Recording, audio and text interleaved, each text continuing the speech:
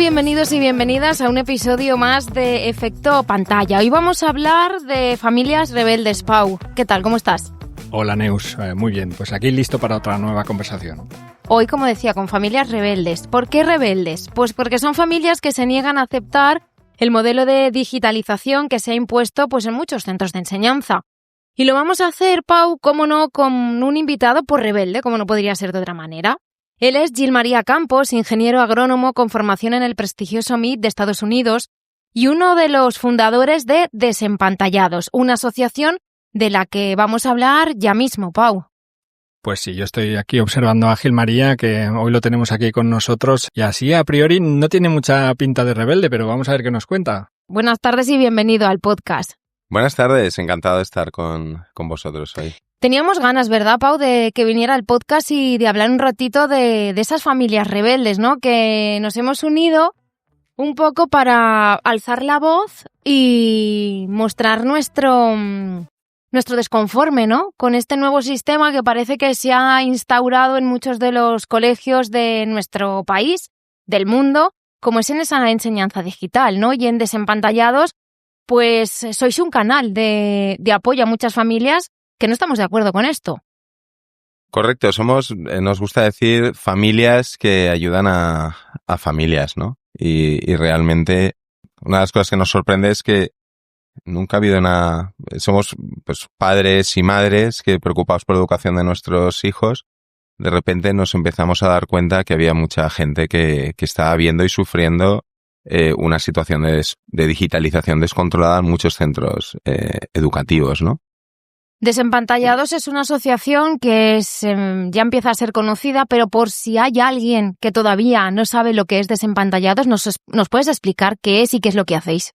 Muy bien. Nosotros somos una asociación que tenemos el objetivo de ayudar a que en la educación, pues oye, que nuestros hijos, hijas, adolescentes, pues puedan tener una formación integral en el mundo en el que nos toca vivir. Por tanto, también en la parte de pues, lengua, matemáticas, pero también en digitalización, pero de una forma ordenada, controlada, sensata, según el momento en el que pues la persona adolescente pues pueda asimilar la formación que tenga. Entonces, ¿qué hacemos? Pues fundamentalmente lo que hacemos es ayudar a elevar el nivel de conciencia ante la problemática que este descontrol está produciendo en los niños, el problema que está dando en la educación, el problema en la seguridad, el problema en la salud, el problema en la formación de los profesores, de los colegios, etcétera, y al mismo tiempo en aquellos sitios donde la sensatez no triunfa, porque a día de hoy ya está clarísimo que este sistema no funciona, pues ayudamos a las familias a que aleguen en sus colegios pues toda la situación que hay para que reviertan la formación y vuelva a la sensatez en la educación.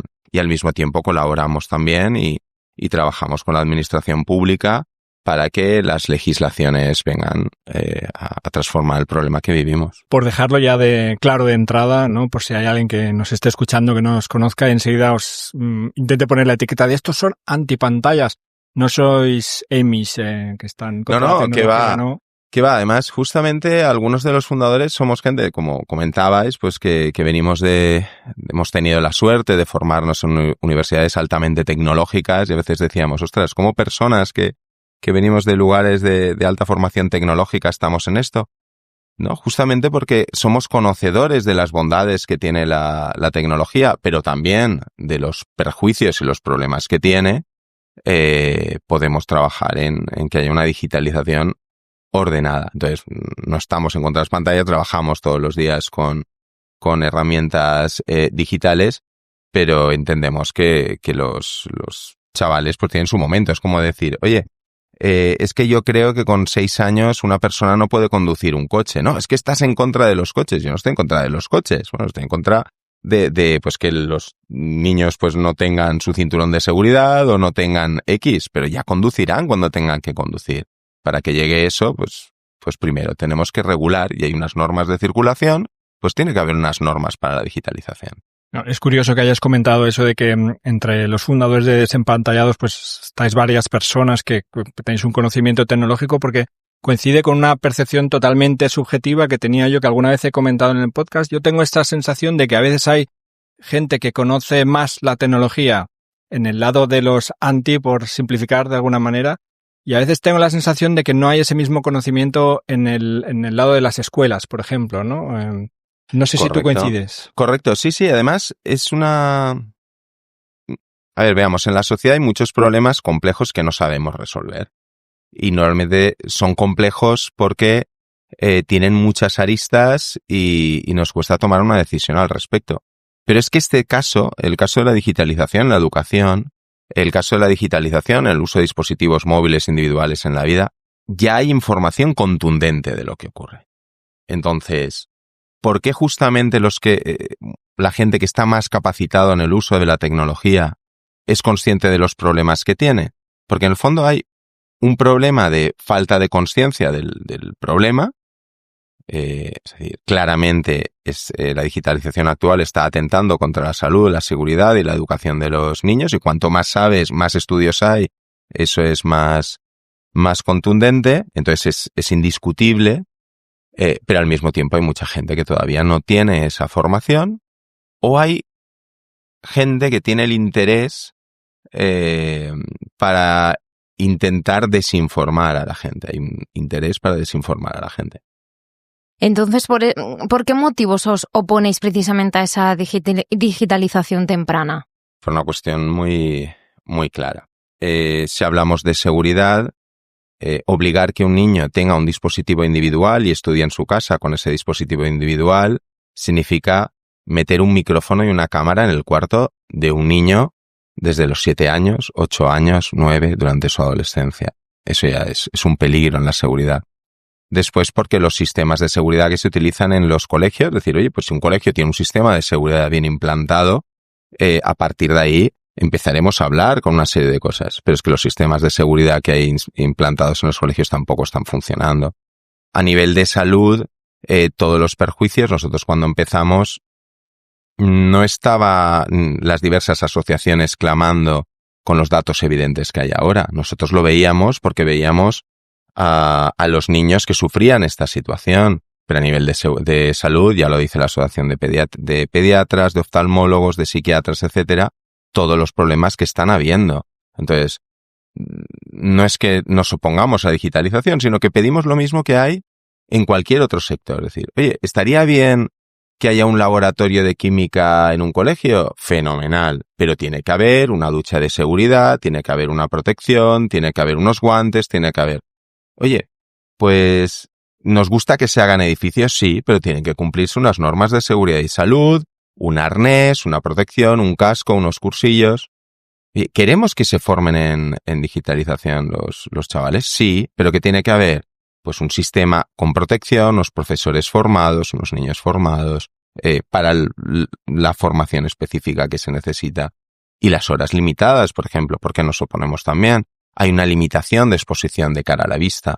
Está habiendo muchos problemas. Si nos vamos directamente al último estudio de UNICEF en España, extrapolamos los datos, simplemente por coger una zona de España, vamos a la comunidad valenciana, estaríamos hablando que de 800.000 estudiantes, más de 200.000 están sufriendo situación de bullying o ciberbullying, casi 100.000 con problemas o sintomatología cercana a la depresión, de estos más de un 60% con problemas de autolisis o ideación suicida, sobre 60.000 también problemas de acoso, especialmente en niñas, adicción a videojuegos también estamos hablando sobre 60.000, 70.000 niños. Es decir, es evidente que estamos en una situación de emergencia desastrosa. Entonces ya no es una cuestión de si me opongo o no me opongo, ¿no? Es que el sistema que han implantado muchos colegios de obligar a que los niños estudien solo con pantallas, en su día, pues seguro que lo pensarían para bien. A día de hoy se sabe que es un verdadero desastre y solo se puede justificar su continuidad no desde el debate intelectual, sino desde un interés económico o desde no querer reconocer el problema. Vamos a hablar de esos intereses económicos porque al final da que pensar, ¿no? Esa insistencia de muchos centros escolares a que los alumnos tengan un dispositivo para cada alumno, al final nos hace pensar mal, ¿no? Tenemos, por ejemplo, los datos de la Comunidad de Madrid, que se estima que hay 500.000 de alumnos repartidos, por ejemplo, en 2.000 centros que usan precisamente dispositivos electrónicos en infantil y primaria, que son 500.000 dispositivos. Esos son muchos euros. O sea, empezamos a pensar mal. Bueno, es que la realidad en su día, y ya digo, en su día pensando bien, pues parecía la cuadratura del círculo. Hay colegios que tienen un cierto problema de financiación, les ofrecían un sistema que les repartía un beneficio. Estamos hablando que hay titularidades de colegios en España que pueden estar ganando de 2 a 5 millones de euros con este sistema, que no es que se lo cojan y se lo vayan a gastar en ¿no? Pues que ellos pensarán reinvertirlo en la educación o en ciertos lugares por ayudarlo a una serie de obras sociales, y al mismo tiempo evitaban los libros a los niños, y a cierto tiempo una serie de cosas parecía la cuadratura del círculo. Pero es que desde que se implanta el primer sistema de forma tímida empieza en el 2012 y esto se generaliza a partir del 2015. Desde el primer año empiezan a haber multitud de problemas. Y entonces podíamos decir, bueno, pues se encuentran con una serie de problemas y no saben cómo salir de esto. Bueno, pues puede haber algún año más, es que a lo mejor no hemos acabado de implantarlo bien, tenemos que ver cómo lo implantamos, pongamos esta norma de seguridad, vemos qué hacemos. Pero es que cuando pasa un año y otro, llevamos una década y los colegios saben, porque además en este momento ya no es qué era la información que los padres trasladaban a los colegios, sino que ahora no solo está esa información, sino las principales asociaciones médicas, los principales centros de investigación, las principales publicaciones, están trasladando claramente que esto es pernicioso. Si uno insiste en mantener este sistema, es porque hay otra razón. Entonces, ¿qué razones encontramos? Nosotros conocemos una e intuimos otras. Y siempre intentando pensar bien, ¿no? Las que intuimos, pues cuando alguien, y hay muchos de estos colegios, el problema en España está en dos zonas especialmente. A nivel formación pública, o sea, financiación pública y centro de titularidad pública, esto está muy arraigado en una parte de España, es en Cataluña. La Generalitat en su día llegaría a un acuerdo con X y tiene este sistema implantado. Ahora el gran éxito que dicen ellos es que van a retrasarlo desde quinto de primaria a sexto de primaria, lo cual sigue siendo una barbaridad. Y está siendo de las autonomías que más rápidamente ha caído en los informes educativos. Algo tendrá que ver. Mientras que en el resto de autonomías el problema fundamental se encuentra en colegios de una patronal concertada determinada. Y suele ser colegios a los que iban los padres porque normalmente defendían una serie de valores. Entonces imagínate que tú eres el titular de un colegio que defiende una serie de valores y de repente empiezas a darte cuenta que el sistema que has implantado está produciendo un gran perjuicio con los niños que llevas. Perdona, Ángel María, estamos hablando, por decirlo, de escuelas católicas, creo, ¿verdad? Correcto. Es una patronal que aglutina, tengo entendido, a unas 2.000 escuelas, ¿puede ser? O quizá más. Sí, no sé el número exacto, pero aglutina a los colegios que tradicionalmente y desde hace siglos pues han sido los que históricamente han abanderado hasta que llegó la educación universal pública, pues abanderaban la educación. Entonces, con esa trayectoria y esa bondad supuesta, etcétera, de repente se han encontrado atrapados con este sistema. Y entonces diríamos, bueno, si queremos educar con un buen fin a los niños y de repente me doy cuenta que el sistema que yo he hecho produce daño, pues psicológicamente esto ya es difícil de asumir. Entonces nosotros desde pensar bien decimos, oye, pues es que a lo mejor les cuesta asumir el gran error que han cometido. Y luego también hay otra causa, que los que han implantado el sistema pues tampoco son los titulares, sino a lo mejor es alguien que lleva un puesto de trabajo de, mira, tenemos que llegar al futuro, vamos a implantar esta tecnología. Pues esa persona o personas reconocer desde su puesto de trabajo el daño que han hecho, pues también es complejo y a lo mejor les puede costar su puesto de trabajo. Eso intentando justificar a lo mejor lo injustificable. Pero la razón fundamental, y esa nos lo trasladan desde partidos políticos, nos lo trasladan desde los mismos centros, es que hemos apostado mucho dinero por esto y ahora tenemos acuerdos plurianuales con editoriales y entonces no podemos volver atrás rápidamente. Y entonces ahí es donde, con toda la honestidad y con la mano al corazón les digo.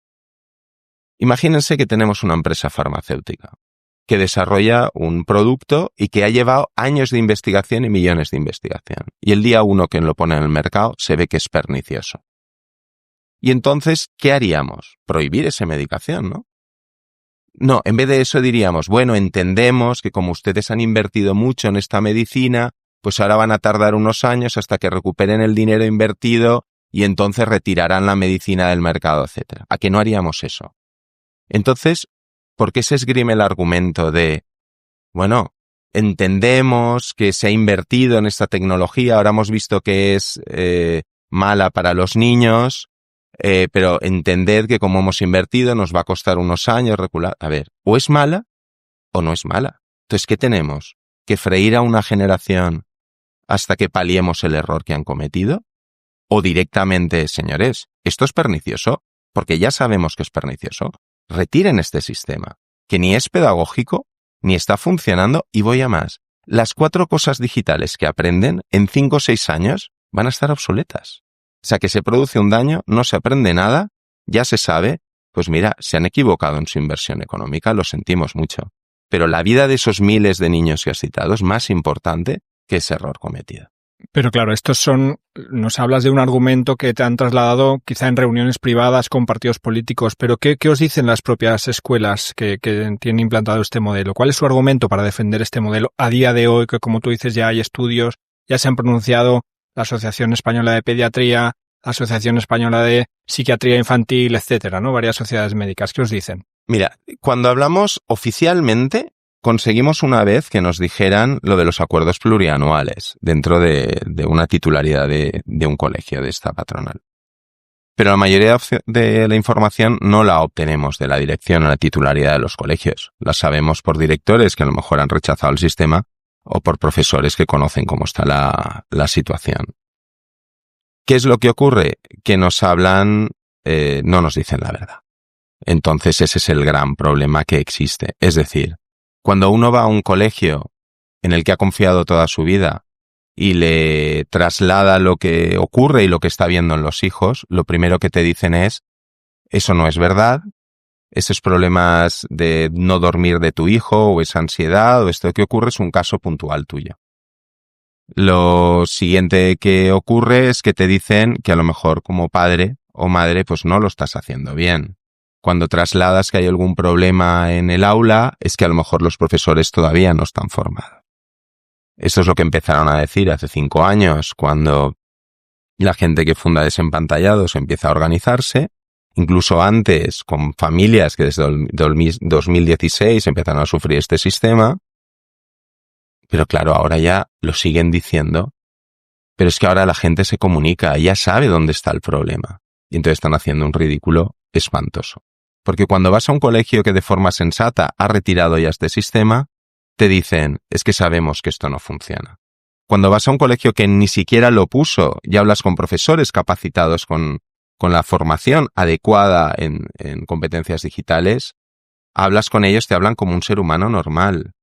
Cuando hablas con estos colegios te tratan como ignorante, como que eres la minoría, como que nadie piensa así. En los colegios donde hemos hecho encuestas, la opinión mayoritariamente aplastante es ir en contra del sistema de digitalización de dispositivos individuales, uno por niño sin libros de texto. O sea, las familias lo saben, los profesores lo saben, la titularidad de los colegios lo saben, pero cuando te sientas con ellos a una mesa no te dicen la verdad. Pues a lo mejor la titularidad no les deja decir la verdad o honestamente, pues ¿por qué no te lo dicen? Pero cuando hablas, podríamos decir, off the record, con las diferentes personas, todo el mundo sabemos lo que está pasando. La administración pública sabe lo que está pasando. Entonces, ¿por qué no actuamos? Los diversos partidos políticos que también nos hemos reunido con ellos, claramente hay consenso y se sabe lo que está ocurriendo. ¿Por qué no se actúa? Claro, a nivel de usuario, la tecnología cada vez es más fácil de usar, ¿no? Correcto. Cuando empezamos en nuestra época con el MS2, Correcto. pues era mucho más complejo que ahora, ¿no? Ahora está hecho, pues, para dummies, que dicen, Correcto. bueno, cualquier niño pequeño sabe manejar una tablet. Entonces sorprende que se insista tanto en la necesidad de una introducción tan temprana, ¿no? Pero bueno, estamos escuchando voces de alerta de profesores universitarios que dicen, oigan, nos están llegando los alumnos a primero de universidad sin tener comprensión lectora. Esto es una cosa muy grave en la universidad. No tienen los conocimientos que deberían tener. Claro, esa gente, pues me imagino yo que con esfuerzo sigue avanzando en la escalera, ¿no? En el sistema educativo, y al final se incorporan al trabajo. Quizá esta gente, estos nativos digitales que estén incorporándose en las carreras de magisterio, por ejemplo, cuando llegan a su puesto de trabajo y tienen una conversación con la familia sobre los efectos de la tecnología, quizá no lo vean tan malo. No sé si hay aquí una ventana de oportunidad de solucionar este tema antes de que ya predominen estas generaciones que lo ven con otros ojos, ¿no? Bueno, aquí hay un problema. Bueno, hay un problema doble. Hay un problema muy grande que es social y hay un problema muy grande de oportunidad laboral. Vamos con el tema de oportunidad laboral, pero los dos combinados. Nos acercamos hacia la inteligencia artificial. La inteligencia artificial lo va a copar todo. Entonces, esto lo que compite es con el conocimiento. Entonces, hay un debate a nivel educativo de decir, oye, ¿por qué tenemos que invertir tanto en conocimiento si nos lo dará la herramienta? ¿Cuál es el problema? Que hay mucha formación que, primero, tiene que seguir habiendo conocimiento para que uno tenga, el hombre pueda gobernar a la máquina y no al revés, ¿no? El ser humano pueda gobernar a la máquina y no al revés. Pero aparte hay una serie de competencias que se están dejando de aprender ahora. Es decir, la creatividad. La creatividad, son muchísimo más creativos aquellos niños que se están educando sin pantallas. Llegan a los 13, 14, 15 años, 16 años, y si siguen sin el móvil y sin el dispositivo individual en los colegios, su capacidad de creatividad es mucho más alta. Es decir, los dispositivos digitales están matando la creatividad. La capacidad de trabajo en equipo, o sea, la capacidad de atención, la capacidad de vinculación entre los diversos seres humanos, tus padres, tus profesores, tus hermanas, yo qué sé, tus amigas. Todo eso se lo está cargando la digitalización. ¿Qué pasa? El desarrollo de la gestión emocional, el desarrollo del córtex, de la parte prefrontal del cerebro, todo eso se lo está cargando esta digitalización. Entonces, de cara al futuro, ¿quién va a tener más ventajas si habláramos desde el punto de vista laboral? ¿Quién va a tener más ventaja? Aquel que no se ha educado durante la infancia y la adolescencia con pantallas. Los otros están fritos. Y además están fritos aprendiendo cosas que van a ser obsoletas en el futuro. ¿Qué es lo que pasa también? Que como ser humano, pues te va a costar reconocerlo. Aunque empieza a haber muchos jóvenes que son conscientes de lo que les ha pasado y empiezan incluso a rechazar dispositivos móviles cuando empiezan a entrar en la universidad. Entonces, ahí hay una brecha laboral importante en la cual los niños y niñas formados sin pantallas en educación tienen más futuro. Y después hay una brecha social importante. La digitalización, como todo, si es acompañada, puedes mitigar los riesgos. Pero ¿quién puede mitigar este proceso? Cada vez más, por desgracia, vivimos en entornos en los que nuestras familias se están desestructurando. Y entonces es un lujo, desgraciadamente, tener 2 progenitores en casa. Y luego cada vez hay una población mayor de inmigración que no tiene un colchón de soporte. Quien es del terreno, por así decir, de su pueblo o de su ciudad, pues mal o bien tiene más probabilidades de tener a un abuelo, una abuela, un tío, un primo, etcétera. No, las personas que vienen de fuera todavía no han construido ese contexto, quizá tienen algo de comunidad de amigos o amigas ahí. ¿Qué ocurre? Imagínate, comparemos 2 casos extremos, pero que son la realidad. Que tú estás en una familia en el cual hay 2 progenitores, padre, madre, 2 padres, etcétera, que tienes en casa, que tienes familia extendida, hay algún abuelo, llega el niño o la niña a casa, come en casa, está en casa, estudia en el salón con el ordenador, si es que lo obligan al ordenador, está acompañado. Si sus padres tienen posibilidad económica, hasta a lo mejor les compran extra el libro en papel, aunque el cole no quiera, pero en casa lo utilizan, o le imprimen los documentos, etcétera. Eso es una situación extrema del mayor cuidado posible. ¿Cuál es lo que ocurre en general? Que eso no se da. Y entonces, a lo mejor hay jornada continua, llegas a casa a comer, comes con el ordenador ya, haces los deberes con el ordenador, tu papá es TikTok, tu mamá es YouTube, y estás ahí y no hay esa protección. Estamos creando, esa es la verdadera brecha digital. O sea, la brecha digital no es si tienes o no tienes tecnología. La brecha digital es si estás frito por la tecnología o tienes un colchón que te protege. Entonces, imagínate la división social que estamos haciendo. que es brutal y que va a devenir, cuando tengan esos 20 años, en una brecha laboral. Y voy a una cosa más. Hay un problema de vinculación de atención y de percepción de la realidad. Hasta hace poco, yo recuerdo, hablando con partidos políticos que tenían una sensibilidad social importante, venían a decir, mira, en los institutos, pues ahora además, en ciertas comunidades autónomas que han prohibido el uso del dispositivo móvil, como puede ser la Comunidad Valenciana, el móvil de teléfono, aparte del otro, si no es para temas extraordinarios, pues oye, en un instituto no pueden estar centrados en la educación, etcétera. Vale. En los concertados, que hay financiación pública, tiene narices que con financiación pública sigamos financiando el desastre de este sistema que se llama one-to-one. Bueno, trabajaremos en eso. Pero en el privado te venían a decir, pero si uno lleva los niños a un cole privado y en el cole privado le fríen, pues con su pan se lo coman. Podrían decir, pues los padres tendrán que tener conciencia de eso. Pero es que el problema que se está dando es que ahora hay gente que ya no se reconoce ni en el espejo. Se creen que su imagen es la imagen filtrada que están distribuyendo en TikTok o están distribuyendo en el ordenador. Es decir, aunque estés cuidando que esos niños supuestamente privilegiados, que lo son, que se están criando sin pantallas y puedan tener más futuro, por el resto de la sociedad los pueden ver como personas un poco extrañas. Bueno, pues si esas personas crecen en carácter y personalidad y criterio, avanzarán en la vida.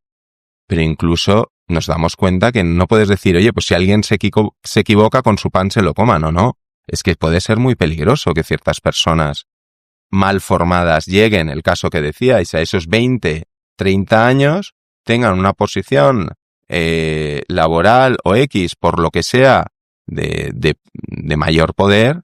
¿Qué hacemos? Tenemos que acompañar a toda la sociedad. Estamos hablando que esa brecha de la que estabas comentando se va a producir como mucho en 10 años, ¿no? O sea, ya que la tenemos aquí ya. Ya existe, como estabais comentando antes, llevábamos años que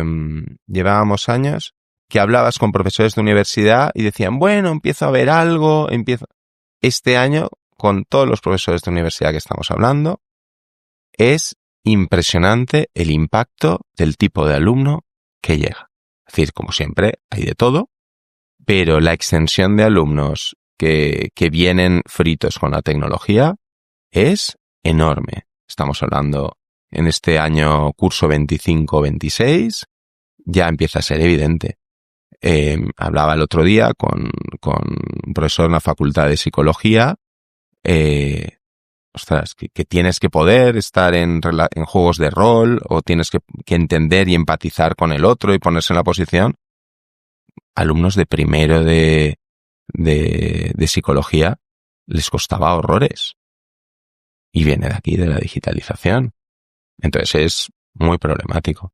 O sea que estamos a un paso de que tu psicólogo tenga el cerebro frito, tu urólogo tenga el cerebro frito y tus líderes mundiales tengan el cerebro frito. O quizá ya estamos ahí, no lo sé. Pero bueno, eso era una nota al pie. Yo quería volver un poco al tema de los centros, porque antes nos comentabas la reacción de directores de centro que han decidido desescalar la digitalización.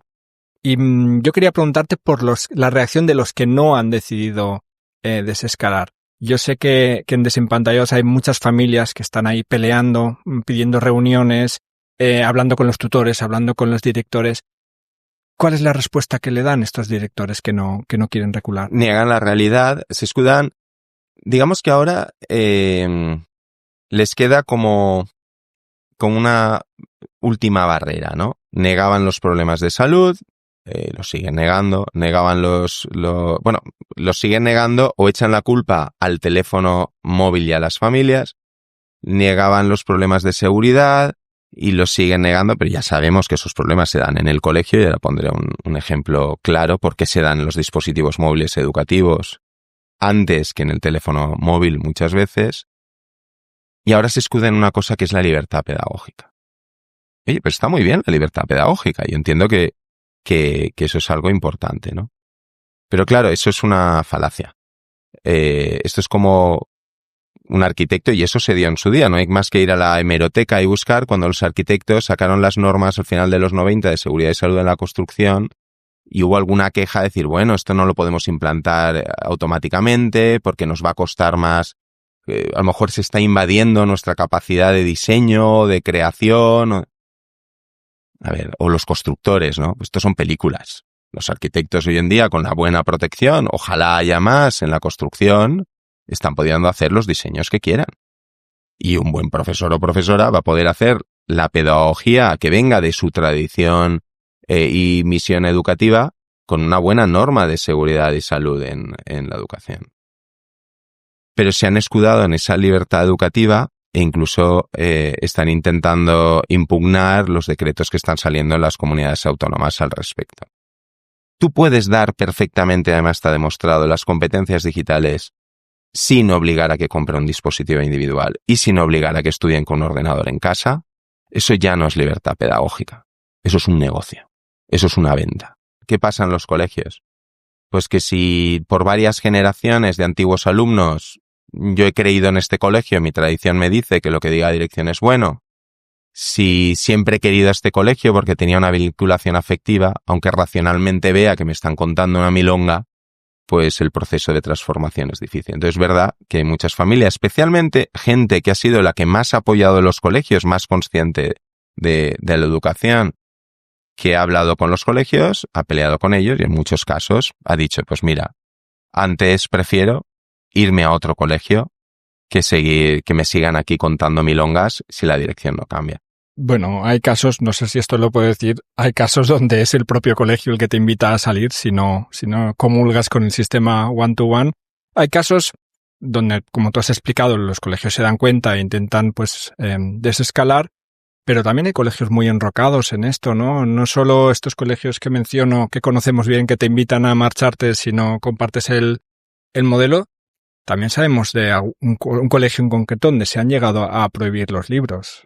Sí, bueno, no es uno, son muchos. En España hay diversos lugares donde hay sistemas de préstamo de libros de unas generaciones a otras, hay bancos de libros por la comunidad autónoma.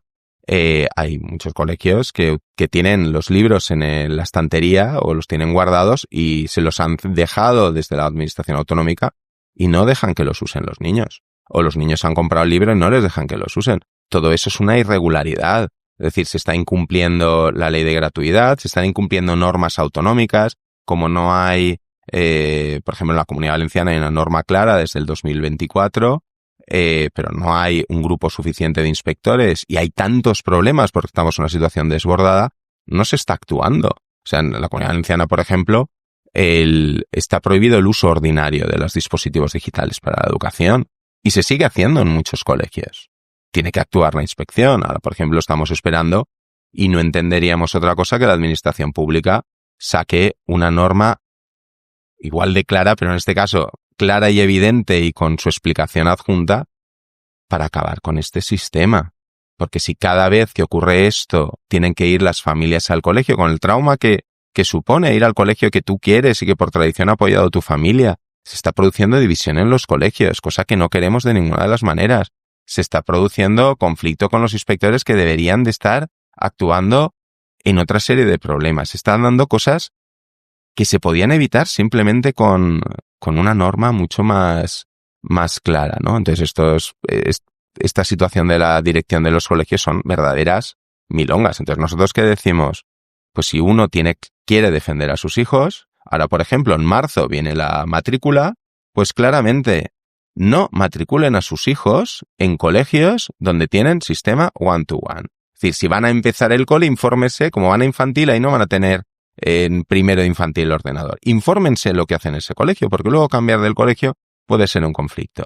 Pues infórmense en los colegios. Entonces, fíjense, si el colegio tiene un sistema que obligan, cuando tengan 6, 7 años, o 8 o 9 a tener este dispositivo, no matriculen en estos colegios. Están haciendo daño a sus hijos. Están produciendo un daño a la salud de sus hijos, están creando un problema de seguridad, van a tener un problema en el futuro laboral. Si tienen una situación social no aventajada, van a tener más conflictos. Hay muchos colegios, elijan bien. Y hay colegios concertados que lo hacen muy bien. Y hay colegios concertados de estas patronales que lo hacen muy bien. Hay sitios donde la dirección está obligando a una cosa y el propio claustro de profesores está arrinconando el ordenador. Entonces, la rebeldía en estos momentos viene de muchos sitios. Las familias que sean conscientes. No matriculen en los coles que hacen daño a sus hijos. Punto. Y si van al colegio y están ahí dentro, no te pueden obligar a incumplir la norma. Que uno se matricule en un colegio, tiene el colegio que haber informado en su plan educativo de centro. Si no te ha informado, no te puede obligar. Y después, como padre o madre, tienes derecho a firmar o no la cláusula de la empresa X del tema de cesión de datos. No te pueden obligar a ello. Tiene que haber un diálogo. Pues que haya un diálogo y que triunfe el sentido común. ¿Crees que estamos ante una ventana que se puede abrir a revertir todo este problema? No solo se está abriendo una ventana, si es que es el sentido común, lo que es una desgracia para la generación actual que lo está sufriendo. Pero esto se va a revertir sí o sí. Es decir, esto es como hace unos años cuando se prohibió el tabaco en los bares, etcétera, pues hubo una serie de rebeldía, pues al final se ha instaurado, oye, y no pasa nada a día de hoy, ¿no? O cuando salió, lo que pasa es que la memoria es flaca, los primeros coches con su cinturón de seguridad, mucha gente no se ponía el cinturón.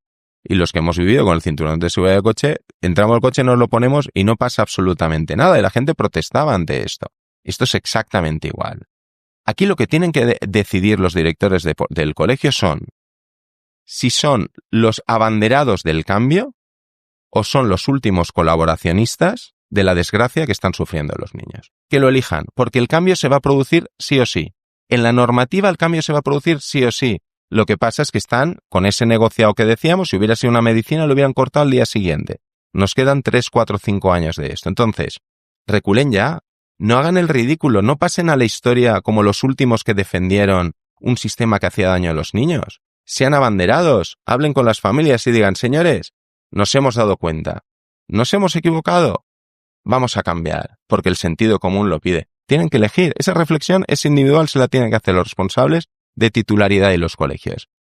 Y además nos estamos dando cuenta ahora de algo tristemente divertido.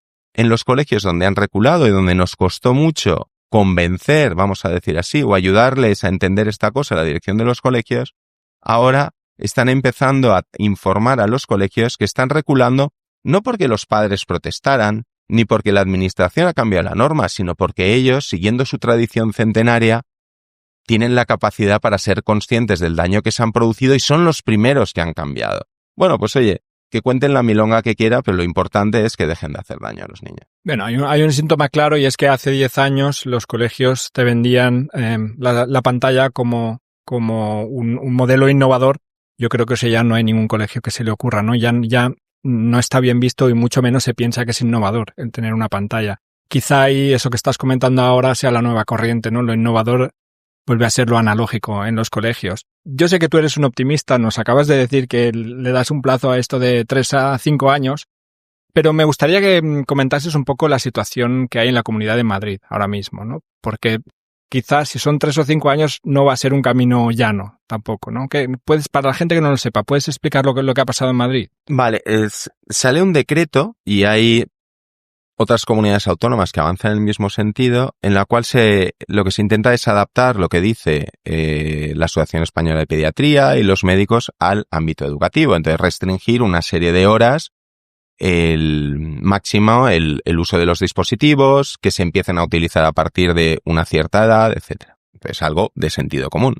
Solo ha habido una protesta de una patronal, que es la que hemos citado antes, y ha habido la protesta de un colegio que a nivel de decreto, una vez han aprobado el decreto, etcétera, pues ha habido una protesta vía judicial.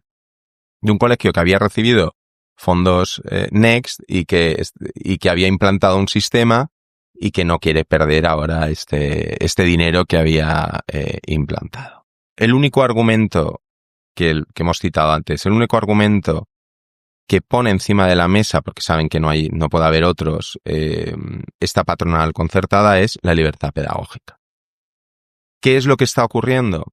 Lo que está ocurriendo es que entendemos que el Gobierno de Madrid no se ha atrevido a marcar la norma en toda secundaria, siguiendo la lógica que decíamos antes, siguiendo la lógica de vamos a darle tiempo a estos colegios para que acaben retirando el sistema. Porque aunque ha sido un avance cumplir, o sea, el que se exija el cumplimiento de estas restricciones de tiempo y de uso y seguir lo que dicen las asociaciones médicos en primaria, pues oye, si te hace daño a los 8 años, te hace daño a los 9 años. Entonces es lógico que en secundaria se implante.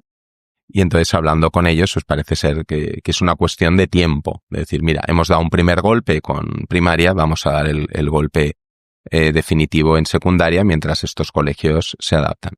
Pero lo curioso es que la concertada, esta patronal concertada ha protestado. Y ha dicho, no, ni siquiera en primaria porque estáis atentando contra nuestra libertad pedagógica.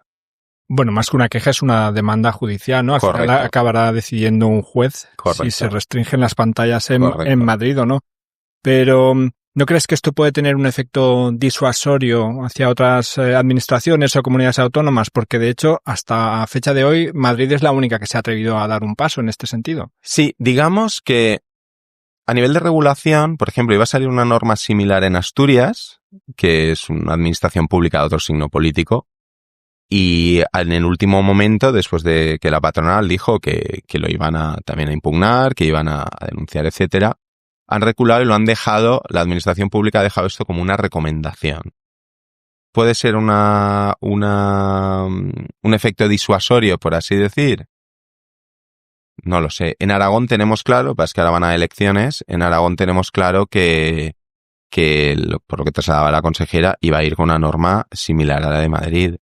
Y en Valencia no se definieron los plazos ni las horas, etcétera, pero directamente se había marcado que este uso ordinario no se podía dar en todo el ciclo educativo en los colegios de financiación pública.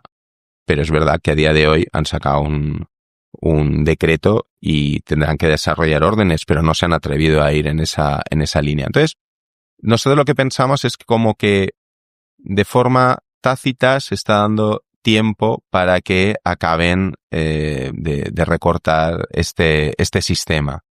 Pero si fuera así sería muy, muy grave, porque si sabemos que es perjudicial para los chavales hay que acabar con él ya. Claro, yo ahora hablo como padre, ¿no?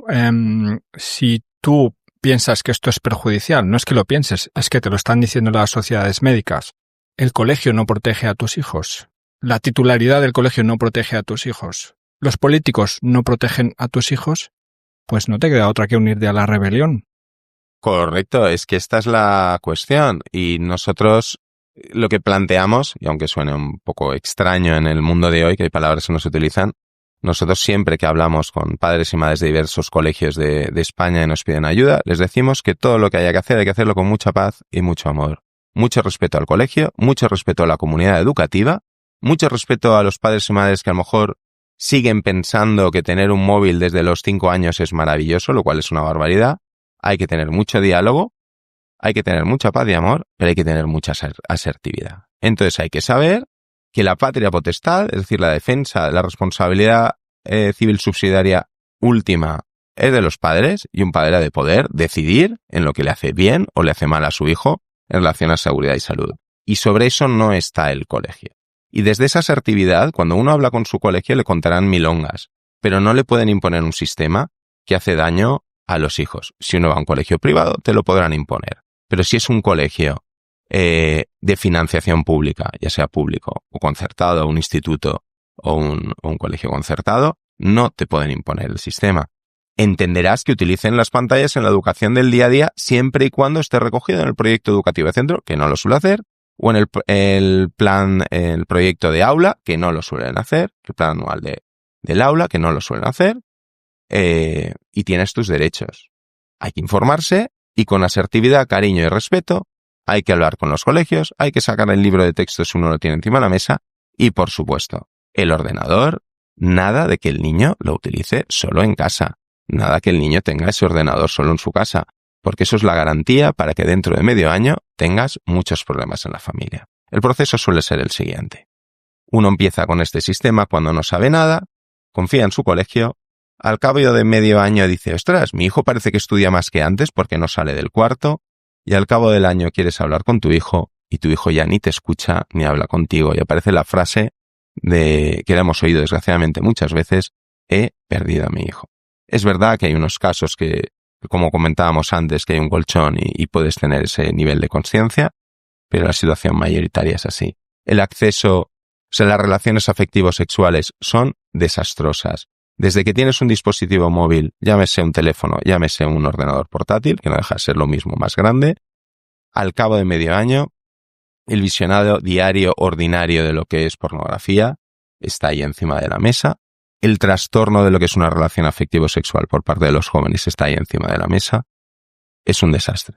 Entonces, un padre tiene claro lo que quiere hacer. Primero, si todavía no ha entrado en un colegio, no llevar los niños a colegios que tienen este sistema.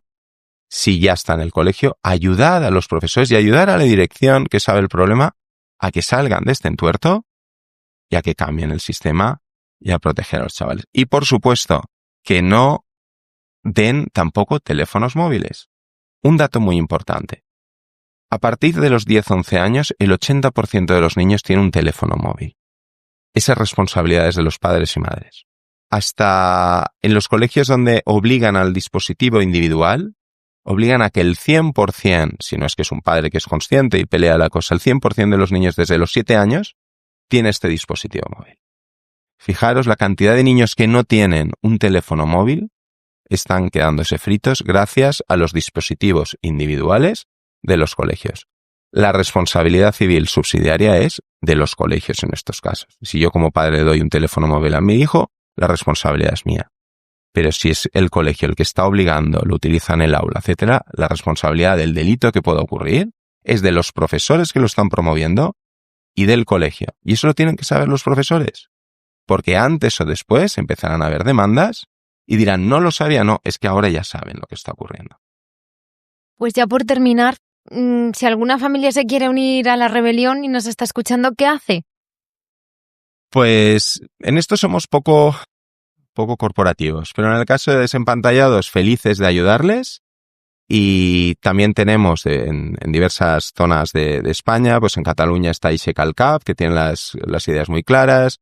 En Aragón está Salud Digital, colaboramos conjuntamente también con otras organizaciones en España. Pero lo primero que tiene que hacer, nosotros encantados que nos escriban en la web desempantallados.org y conectan con nosotros, nos escriben, nos ven, que os escuchen a vosotros. Desde Efecto Pantalla estáis haciendo una labor de conciencia muy buena, con entrevistas a personas que conocen mucho la problemática y que se informen, que quieran a sus hijos e hijas, que no les den un teléfono móvil, que no les den un dispositivo móvil, que se tiren con ellos por el suelo, que jueguen, que se estiren del pelo, que se abracen, que hagan lo que hemos hecho toda la vida.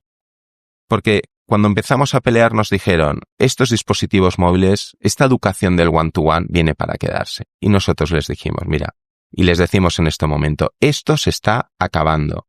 Dejar de hacer el ridículo, esto se va a ir. Lo que no va a desaparecer es el corazón, el cerebro, el cuerpo, el alma de estos niños. Estos son máquinas que llevan miles de años con nosotros. Eso es muchísimo más importante que un trasto que dentro de 10 años va a quedar obsoleto y va a ser superado por otro siguiente. Querámonos, abracémonos y desde ahí podremos avanzar. Y estamos a la disposición, que nos escriban y buenamente les ayudaremos simplemente como lo que somos, familias que ayudan a familias. ¿Quieres añadir algo, Pau? Nada, yo creo que es un broche perfecto. Con este mensaje nos quedamos. Muchísimas gracias, Gilmaría. Un placer haber estado contigo este ratito en Efecto Pantalla. Un placer. Muchas gracias. Encantado.